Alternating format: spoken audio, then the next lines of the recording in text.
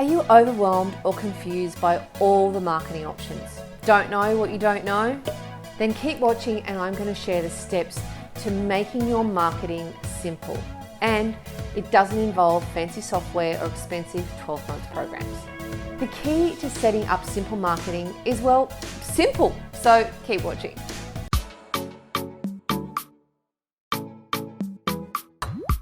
Every so-called expert will tell you that the next big, bright, shiny solution is what they are selling. Everything from webinar software, LinkedIn funnels, podcasts, the list goes on. But I'm here to tell you that that is crap. And let me explain why. Firstly, I hate the word expert, as the word implies that you know everything there is to know about a particular topic, and that simply isn't true. As a product specialist, you might know more than most other people in your area of expertise. As you know, it takes a lot of time and energy to stay up to date, particularly in the world of digital marketing, which changes constantly. Secondly, putting all your eggs in one basket is dangerous, and you should have more than one source of traffic or leads for your business. And finally, you need to be on the channels where your audience is playing and consuming content, and that might not be in the latest bright and shiny platform. So let's talk marketing tactics. Where do you need to start to put consistent marketing in place for your business? Now, I'm going to go through these step by step. Number one, identify and deeply understand your target audience. It is not enough to say our audience is professional people aged 25 to 45. That is so 20 years ago.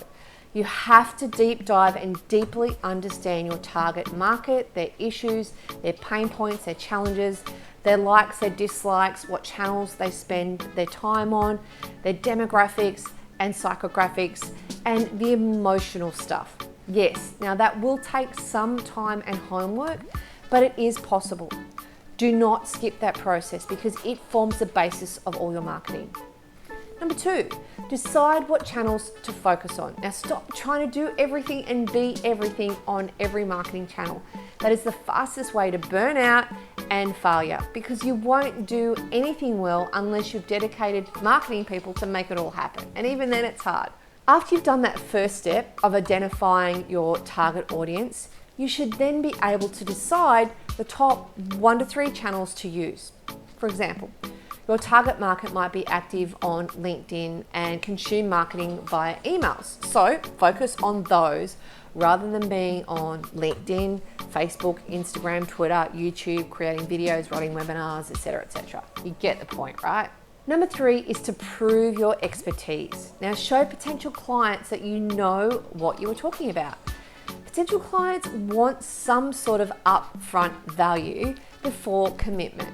Now this could be in the form of a video series, it could be a downloadable PDF, a free webinar or training, ebook, etc. Show them your area of expertise by helping them solve a problem that they have. Now this should not be a sales pitch about your services. Really important. And remember, it can take up to 33 touch points with you before someone is ready to actually take the next step with you. Number 4 is to drive traffic to your owned channels.